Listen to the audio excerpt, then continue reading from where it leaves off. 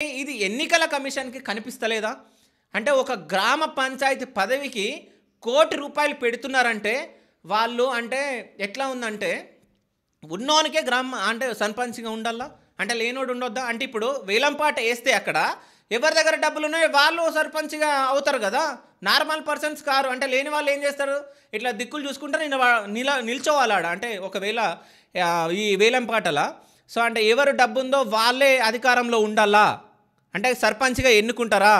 So, అంటే ఎన్నికలు జరగాల్సిన అవసరం లేదా? సో, ₹1,00,00,000 ఏందండి నాకర్థం గాదు. అంటే ఒక్క సంవత్సరానికి నాకు తెలిసి ఆ గ్రామానికి చిన్న గ్రామాలకు ఒక 5,00,000 పెద్ద గ్రామాలకైతే ఒక 15-20 లక్షలు సో, అంటే గవర్నమెంట్ నుంచి వస్తాయి పైసలు ఒక గ్రామానికి. అట్లాంటిది వీళ్ళు ₹1,00,00,000 ఎందుకు పెడుతున్నారు? అంటే ఆశతో వాళ్ళు నేను ఈ పదవిలో ఉండాలని చెప్పేసి అనుకుంటున్నారు. సో, ఆశతోటి పని చేసేవాడు ఎప్పటికీ దోచుకుంటాడు. ఆశయంతో పని చేసేవాడు ఎప్పుడైనా గానీ అభివృద్ధి చేస్తాడు. ఇదొక్కటే మైండ్‌లో పెట్టుకొని మీరు ఎవరిది ఆశయం, ఎవరిది ఆశ. కొంతమందైతే ప్రెస్టేజ్ కోసం ఎన్ని కోట్లంటే అన్ని కోట్లు ఖర్చు పెట్టి నిల్చోవాలనుకుంటారు.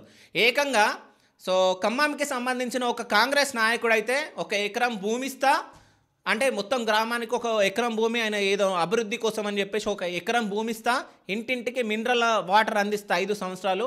సో, నేను నిల్చుంటా ఏకగ్రీవం చేయండి అని చెప్పేసి చెప్తున్నాడు ఒక ఖమ్మమైన. సో, ఒక ఆయనైతే ₹1,00,00,000 కొంతమంది అయితే అది చేస్తా, ఇది చేస్తా అని చెప్పడం. అంటే ఎప్పుడైనా గుర్తుపెట్టుకోండి ఓట్లు అంటే ఎన్నికలు జరగాలి. ఓట్లు వెయ్యాలి.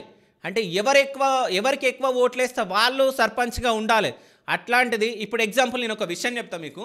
ఒకవేళ గవర్నమెంట్ తలుచుకొని సో, అన్ని గ్రామాలను ఏకగ్రీవం చేద్దామని చెప్పేసి ఒక్కో గ్రామానికి 10,00,000 ఇస్తా అని చెప్పేసి అంటే 12,000 చిల్లర గ్రామాలున్నాయి. సో, 1,200 కోట్లు ఖర్చు పెట్టి సో, అన్ని గ్రామాలల్లో మా నాయకుడే ఉండాలి, మావోడే సర్పంచ్ అయి ఉండాలి, కాంగ్రెస్ అతనే సర్పంచ్‌గా ఉండాలని చెప్పేసి అనుకొని 1,200 కోట్లు ఖర్చు పెట్టి సో, ఒక్కో గ్రామానికి 10,00,000 ఇస్తే మొత్తం అన్ని గ్రామాలల్లో 12,000 గ్రామాలల్లో సో, సర్పంచ్ కాంగ్రెస్ అతనే ఉండొచ్చు కదా! సో, అంటే ఎన్నికలు జరగాల్సినవి జరగకుండా ఎందుకు ఇట్లా చేస్తున్నారు నాకు అర్థం కాదు. ఏకగ్రీవం అంటే వేరు. ఏకగ్రీవం కాకుండా ఈ వేలం పాట ఏంది నాకు అర్థం కాదు.